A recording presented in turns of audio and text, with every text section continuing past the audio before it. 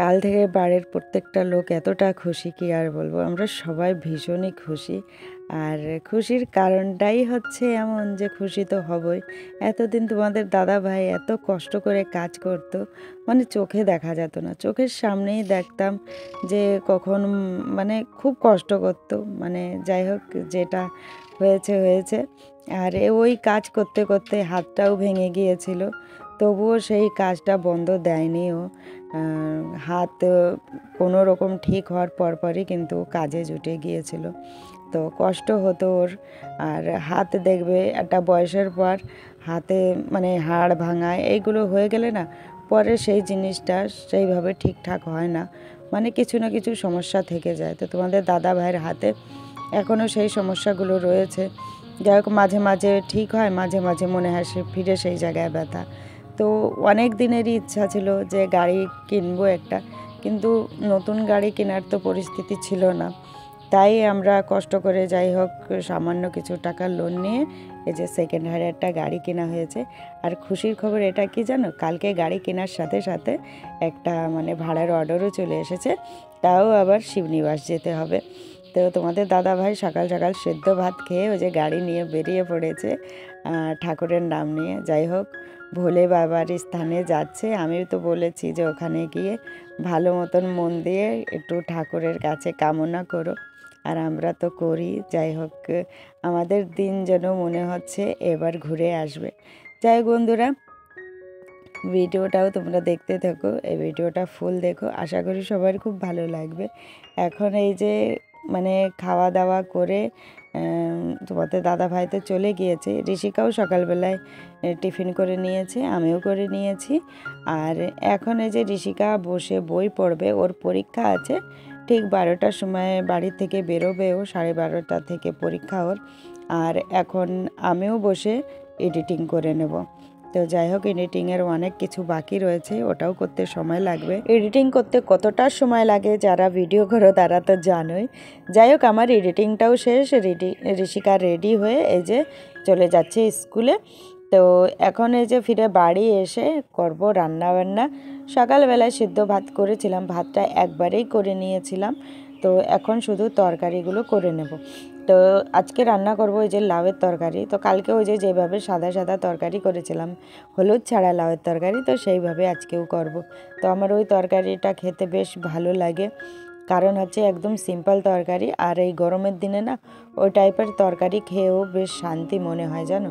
তেল মশলা খেয়ে যেমন অস্থির অস্থির মনে হয়, তেমন এই লাউয়ের তরকারিটা খেলে শরীরটা অনেকটা ঠান্ডা মনে হয়। যাই হোক, এখন এই যে লাউগুলো কেটে নিচ্ছি। আর ওই যে তোমাদের দাদা ভাই এনেছিল কিছুদিন আগে ডুমুর, মানে 2-3 দিন আগে, তো সেই জায়গার থেকে একটু ডুমুর বেঁচে রয়েছে। তো ভাবছি সেই ডুমুরের তরকারি রান্না করব। এখন এই যে লাউর তরকারিটা রান্না করব বলে লাউ কেটে নিচ্ছি, কিছুটা লঙ্কা কেটে নেব, তারপরে ডুমুরগুলো কেটে তরকারিগুলো রেডি করে নেব। কালকে একবার ভেবেছিলাম যে লাউয়ের তরকারিটা তোমাদের সাথে শেয়ার করব, কিন্তু কালকে না তো ফোন চার্জে ছিল, না আমার হাতে তেমনটা সময় ছিল, মানে দুটোরই অভাব ছিল। যাই হোক বন্ধুরা, আজকে এই যে লাউয়ের তরকারিটা তোমাদের সাথে শেয়ার করব। আর পরপর 2 দিন এক টাইপের রেসিপি রান্না করছি, কেননা কালকে আমি খুব ভালো খেয়েছি। এর জন্যে মনে হলো যে লাউটুকু থাকলে এমনি নষ্ট হয়ে যাবে, বাড়িতে রেখে দিলে কেমন যেন লাউর মধ্যে বীজগুলো বাথি বাথি হয়ে যায়। তাই আজকে ফিরে আমি এই লাউয়ের তরকারিটা রান্না করব। তো এই লাউয়ের তরকারি রান্না করার জন্যে আমি জল মানে কিছুটা জল দিয়ে তার মধ্যে লবণ দিয়ে রেখে জাল দিয়েছি।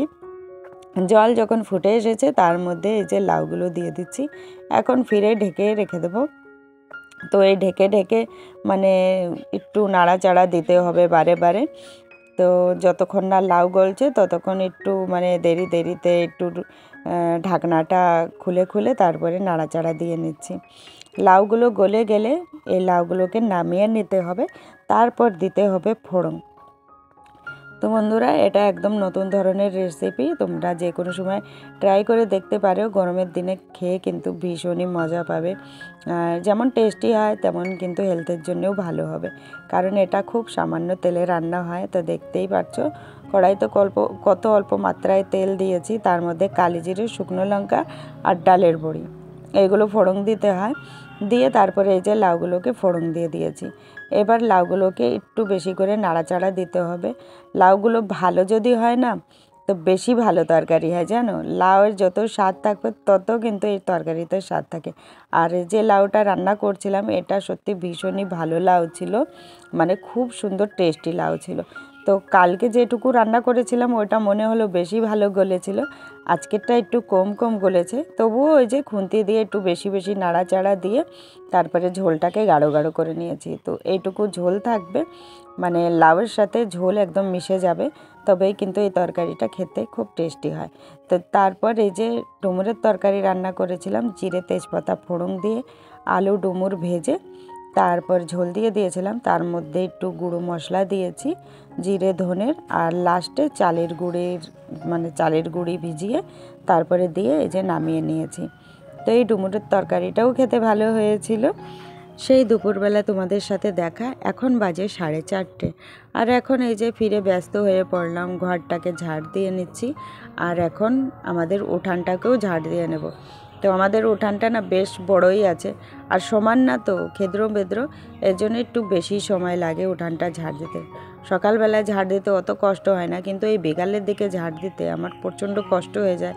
জানি না কেন মাজায় ব্যথা হয়, তো এই জিনিসটা বুঝতে পারি না। অনেকে বলে তাদের সকালবেলা নড়াচড়া করতে কষ্ট হয়, আমার এই বিকালবেলার দিকে কষ্ট হয়। যাই হোক, উঠানটা আমার এই যে টুকটুক করে ঝাড় দেওয়া হয়ে গিয়েছে। এবার শুকনো জামা প্যান্টগুলো নিয়ে এসেছি, এবার ভাঁজ করে করে এই যে আলনাতে গুছিয়ে নেব। তো আগে সব কিছু মানে যত জামা কাপড় আছে আগে ভাঁজ করে রেখে দিচ্ছি, তারপরে হচ্ছে আলনাতে গুছিয়ে নেব। আর এই আলনাতে আমাদের তিনজনেরই জামা কাপড় থাকে, আর গোছানোর মধ্যে আমি গোছাই, আর এলো করার মধ্যে তোমাদের দাদাভাই আর ঋষিকা এলোমেলো করে। তো যাই হোক, এই হচ্ছে প্রত্যেক দিন এই জিনিসটা হয়, আর প্রত্যেক দিনই আমাকেই গোছাতে হয়। এর জন্য কিন্তু এক্সট্রা কেউ কিচ্ছুই করেই দেয় না। যাই হোক, কী আর করা যাবে। আর সারাদিনে এইভাবে টুকটুক করে গোছাতেই থাকি। যেখানে দেখি একটু এলোমেলো হয়ে রয়েছে সেখানেই একটু গোছানোর চেষ্টা করি, এইটাই তো হচ্ছে আমাদের কাজবাজ। তো ঘর আমাদের টিনের ঘর, তো এটাকে যদি গুছিয়ে রাখি চারিদিকে দেখেও শান্তি মনে হয়। তো ঘর যেমন খুশি তেমন হোক, ভাঙাচোরা ঘর হোক বা টিনের ঘর হোক বা মাটির ঘর হোক, গুছিয়ে রাখলেই কিন্তু সেটা কোনো রাজমহলের থেকে কম মনে হয় না।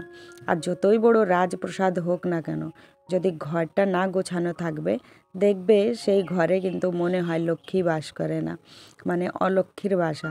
তো সেই রকম মনে হয়। তো ঘর যার যেমনই থাকুক না কেন দেখবে গুছিয়ে রাখবে, মনের দিক থেকেও শান্তি পাবে, লোকেও এসে ভালো বলে যাবে, আর নিজেরও ভালো লাগবে। যাই হোক, এখন আমার পুরো ঘর দুয়ার সব একদম টিপটাপ, একদম পরিষ্কার। এখনও এই যে সন্ধ্যা লেগে গিয়েছে, তোমাদের দাদা ভাইয়ের বায়না এখন একটু চা করে দাও। তো আগে তো তোমাদের দাদা ভাই দুধ চা খেতেই চেত না, কিন্তু কয় মাস ধরে কি হয়েছে জানি না, দুধ চা না দিলেই বলে খ্যান খ্যান করে, বলে যে আমি বাড়িতে একটু চা খাবো তাও আবার র চা দিচ্ছে, আমাকে একটু দুধ চাও দিতে পারে না। তাই এই যে তোমাদের দাদা ভাইয়ের জন্য দুধ চা করে দিচ্ছি। আর যাই হোক, এই দুধ চা করে দিয়ে তারপরে বসিয়ে দেব রান্না। তো আজকে রান্না করেছিলাম আমি ভাত, সিদ্ধ ভাত করেছিলাম। আর এই খিচুড়িটা হচ্ছে আমাদের এখানে একটু দূরে নামযজ্ঞ হচ্ছিল, সেখান থেকে গিয়ে আমার দেওর আর তোমাদের দাদা ভাই খিচুড়ি এনেছে। তো যাই হোক, এই খিচুড়িটাই খাচ্ছি, ভাতটা রয়ে গিয়েছে, ভাতটা আর খাচ্ছি না। এত সুন্দর খিচুড়ি দেখে আমি একদমই লোভ সামলাতে পারিনি, আমি ভাবলাম না আজকে ভাত খাবো না, আজকে আমি খিচুড়িই খাবো। তো যারা যারা খিচুড়ি প্রেমী আছে তারা তো দেখেই বুঝে গিয়েছো, খিচুড়িটা কিন্তু দারুণ হয়েছিল, দেখেই বোঝা যাচ্ছিলো। তারপরে মানে তার আগেই, খিচুড়ি খাওয়ার আগেই আমি এই যে 2 বাটির সর ছিল তার থেকে এই যে ঘি বানিয়ে রেখেছি। আর ভিডিওটাও এখানে শেষ করছি।